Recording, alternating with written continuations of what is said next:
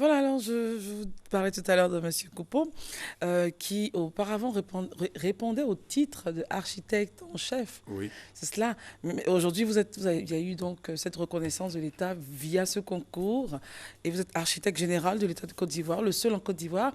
oui. En France, il y en a quatre, hein. Cette année, il y Cette a eu année, quatre il qui y ont a eu été quatre qui ont promus en été France. promus, Oh, oui. mais Ici, en Côte d'Ivoire, il y a un qui a été promu, c'est moi. il s'agit de M. Coupeau-Nyoleba. Oui, Félicitations. merci. Mm, Je remercie mon employeur, donc le ministère de la fonction publique, qui a tout à fait. reconnu quand même les services que j'ai rendus à la Côte d'Ivoire. Mm, Après 30 ans de carrière, mhm. je pense que bon, c'est un mérite. C'est Je un suis mérite. satisfait. Et avec vous, nous sommes satisfaits, nous sommes fiers, justement, Merci. d'être à vos côtés pour cet échange. Merci. Sur le point, aujourd'hui, le focus, ce sera la ville de Dabou, ville centenaire. Voilà, Dabou. Pourquoi Dabou déjà? Dabou, d'abord, c'est un hasard. Hein. Nous avons eu contact avec le secrétaire général de la mairie de Dabou, M. Nyoi Franck. Quelqu'un vraiment qui a... Il serait un bon maire, ce monsieur. Il a une vision... Vous ne le mettez pas en parole avec le maire. Non, non, si, c'est-à-dire, mais si le maire a un bon secrétaire général, Normalement, c'est il prend sûr le que, relais voilà, il va le booster. quand le maire finira son mandat. Non, non, pas lui, c'est un C'est fonctionnaire. un fonctionnaire, donc il n'a pas voilà, le... il Mais peut il fera un bon apporter, maire. Voilà, plus tard chez lui. Et donc, nous avons pris contact avec lui, c'est lui qui nous a permis de filmer la ville de Dabou et pour faire un petit documentaire qu'on va présenter donc à la mairie. Et au cours de, disons, quand on filmait, nous nous sommes rendus compte que Dabou avait connu une grande frustration dans le temps.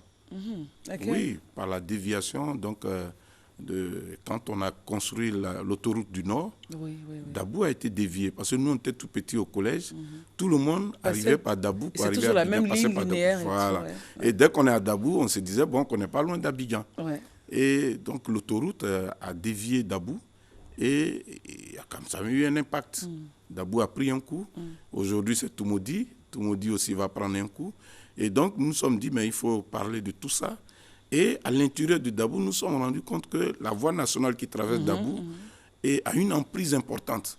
Comme si cette voie attendait une autoroute, c'est-à-dire un grand boulevard qui va traverser donc, la ville.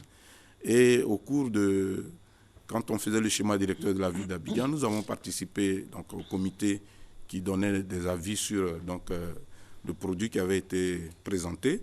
Et au cours de cette présentation, une autorité nous a dit comme ça que la nouvelle autoroute qui va partir d'Abidjan jusqu'à San Pedro, par exemple, va dévier donc Songon. Ah ça?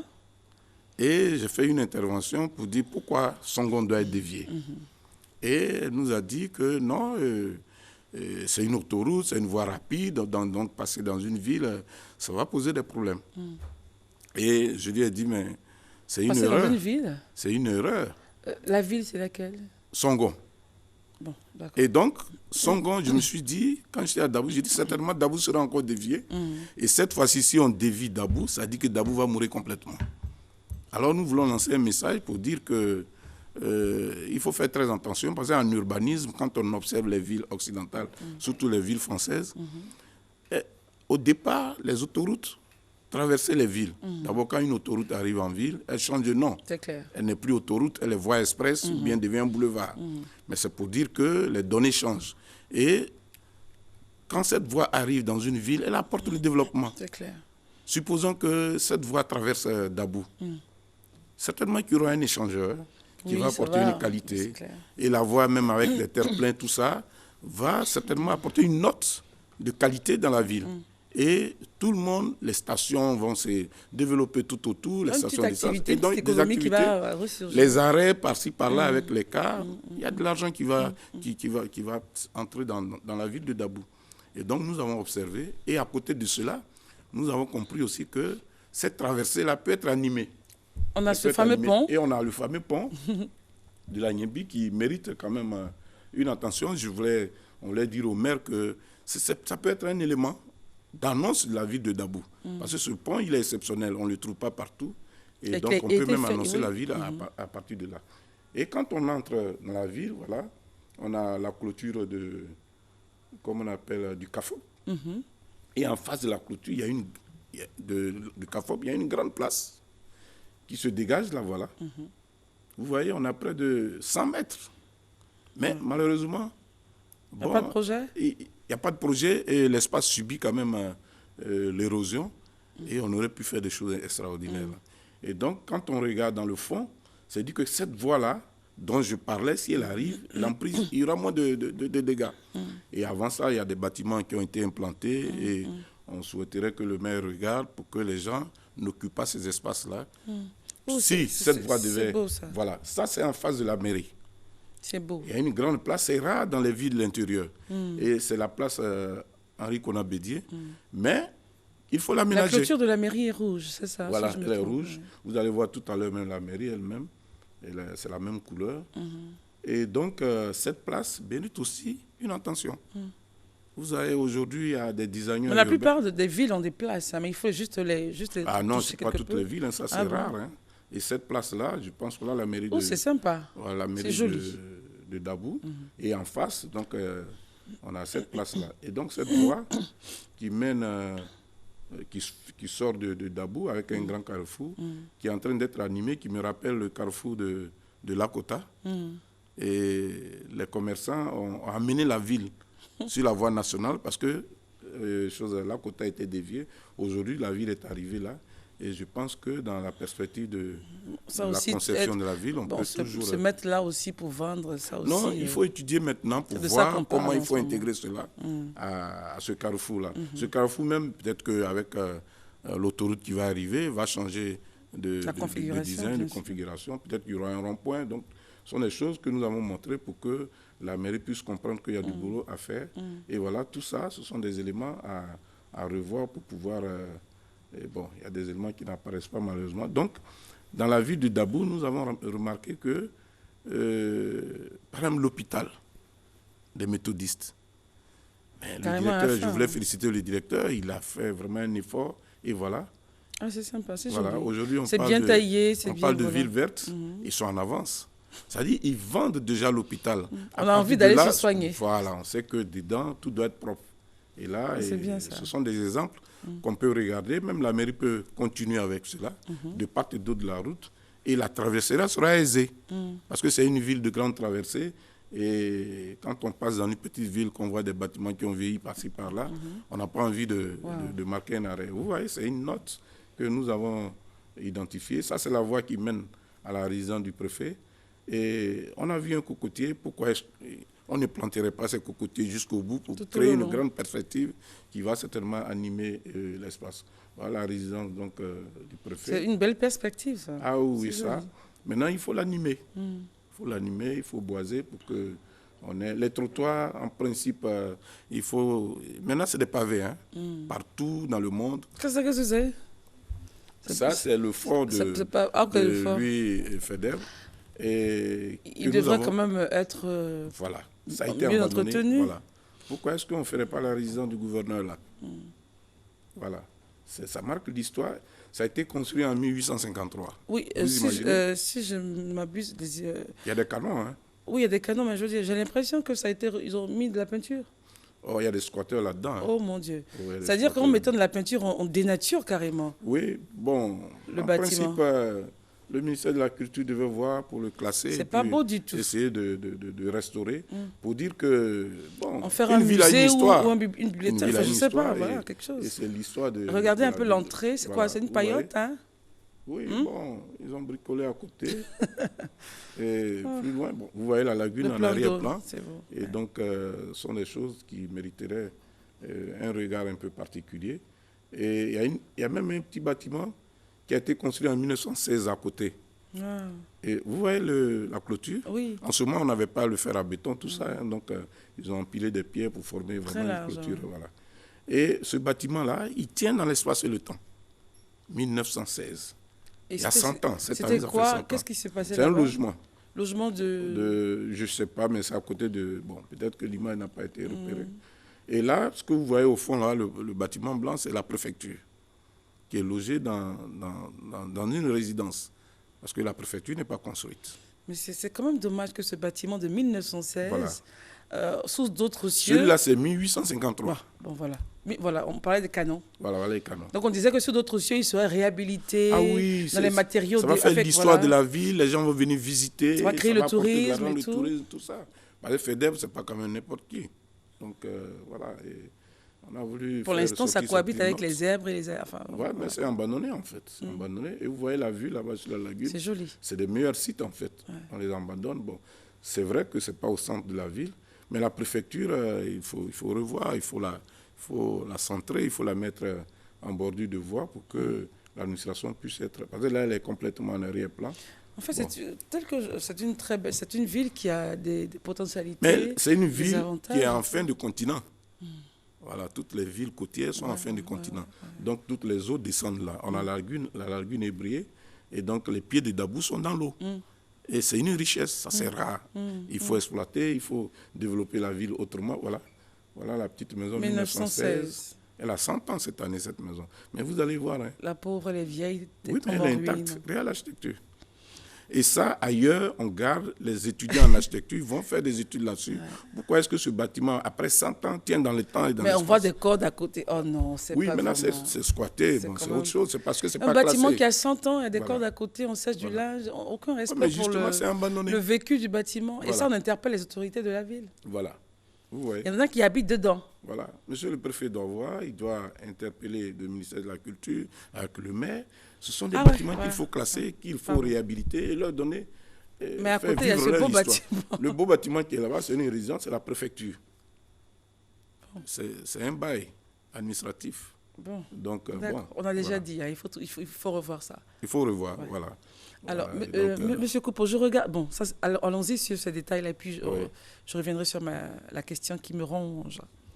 Là, c'est beau, là. Nous sommes c'est beau, et voilà, vous voyez les rues qui ont été tracées par ici. Elles ne vont pas directement à la lagune. Parce que ça va faire des grands couloirs d'évacuation des eaux pluviales avec une certaine vitesse. Donc, c'est un biais par endroit. Ça, c'est une étude qui a été faite par le colon. Hein. Voilà. Et quand vous voyez la rue qui mène à la résidence du préfet, elle vient directement. Imaginez quand il pleut. Les eaux viennent à une certaine vitesse. Donc, ça aussi sont des choses à étudier. Voilà. Toute cette zone-là, on a une vieille cité qui mérite quand même... Une cité coloniale, en fait. Voilà, cité coloniale. Donc, si elle est retouchée, on pourrait s'apparenter à celle qui est à Grand-Bassam. Pourquoi pas?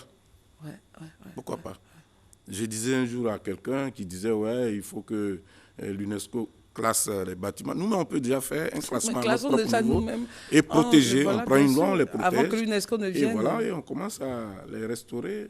S'il faut même, à la limite... Quel est ce bâtiment orange, je m'excuse? Bon, en fait, c'est le triangle où se trouvent les statuts de l'abolition des travaux forcés. Et donc, c'est pour rappeler... Voilà. Et je me demande si ce n'est pas la CIE, parce que c'est la CIE qui est orange ces derniers temps. Et donc, voilà. Là aussi, quand on filmait, vous savez, on a fait une émission sur Grand Laou. Il y avait des arbres, d'Abou. Il y avait des arbres. Ils ont tout enlevé. Oui, je constate que c'est... Maintenant, quand vous enlevez les arbres, vous reprenez donc le design de l'espace qui est là, pour parler de design urbain. Hier, j'ai rencontré une jeune fille ivoirienne qui fait des études de design urbain. Elle est d'ailleurs la seule actuellement à Bruxelles. Sa maman lui a dit de venir me voir, que je parle de la qualité urbaine et qu'on pouvait... C'est vrai que c'est nul. C'est une ville, ce sont des gens qui réparent les villes. Et cette ville-là, on peut l'animer. On peut lui donner des notes, on peut lui donner des petits designs par-ci, par-là. On n'a pas besoin de milliards pour le faire. Vous voyez devant la mairie, tout est rouge.